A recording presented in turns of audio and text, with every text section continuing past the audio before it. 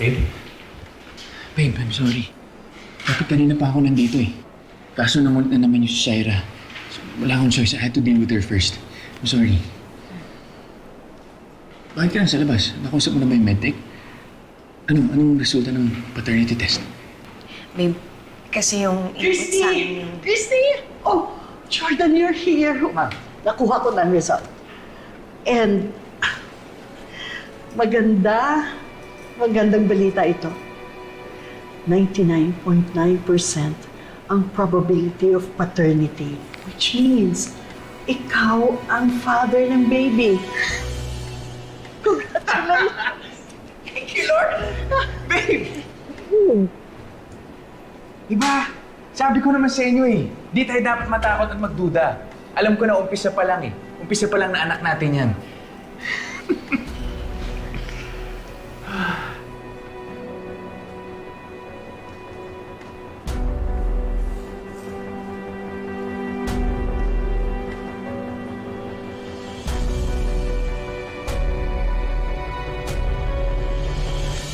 Naman, please. Kailangan ko talaga yung information na yun. Kailangan ko na makita yung result. I promise. Hindi naman krimen yung pinapagawa ko sa'yo. Pero siya hindi naman ganun kadali yun eh. Paano pag nalaman ni Christy, ni Jordan na ginagamit mo ko para makakuha ng information tungkol dun sa baby nila? Patay ako. Magkakalit yun sila sa akin. Jeff, mas iisipin mo pa talaga yung nararamdaman nila.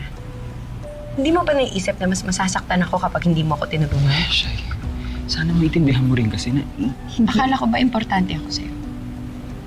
Bakit nag-hesitate ka ngayon na tulungan ako?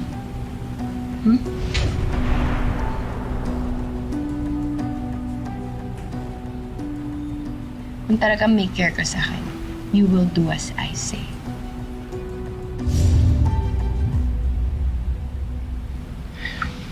Really sorry, Shay. Mahal kita. Pero hindi ko kayang traidorin yung sarili kong kapatid. I hope you understand.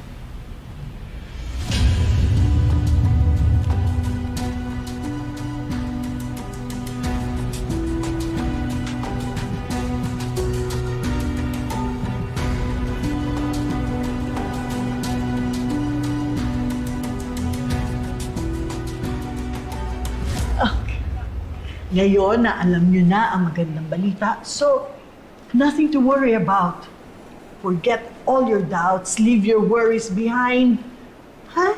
Mag-concentrate kayo sa bata. Mama, papanatag na talaga kami ni Christy niyan. Okay lang ba kung makita ko? Of course, sa inyo yan. Thank you, Ma.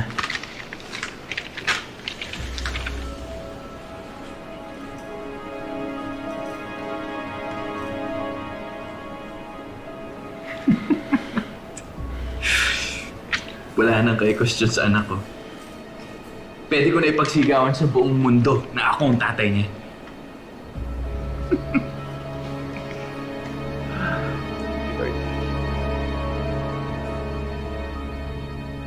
Ma'am Carmen, napabalik po kayo. Meron sana akong hihingin na isang malaking pabor sa'yo. Ano po yun? Glenn, I will be very honest with you.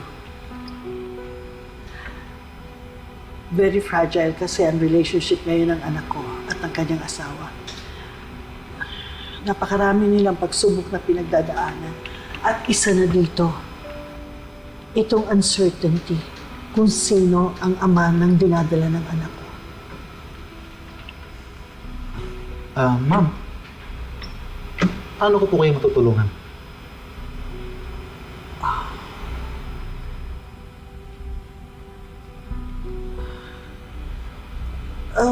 Gusto ko sanang humingi ng isang kopya ng test result. Pero this time, dapat mag-match si Jordan at ang baby. Ma'am, hindi ko po kaya yung pinapagawa niyo, ma'am. Dapat po sa batas yan, ma'am.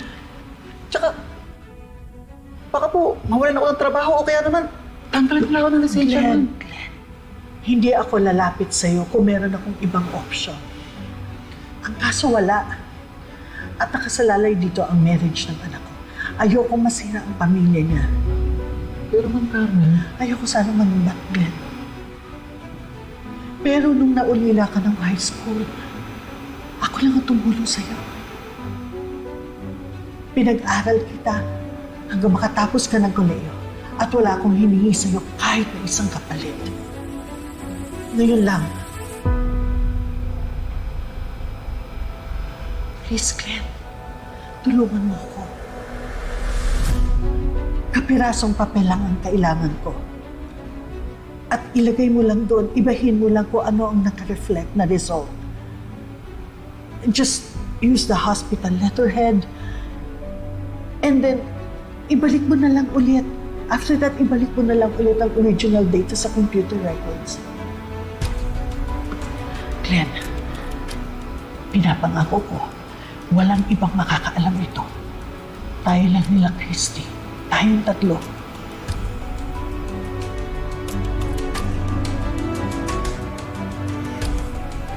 sige ho ma'am. Pagpiprint ako ng bagong dokumento na may ibang result. Pero ma'am, hindi ko na ho pipirmahan yun. Ma'am Carmen, ayoko kong ma-incriminate dito. Yes. Naiintindihan ko, Glenn. Thank you. Ako nang bahala sa paper.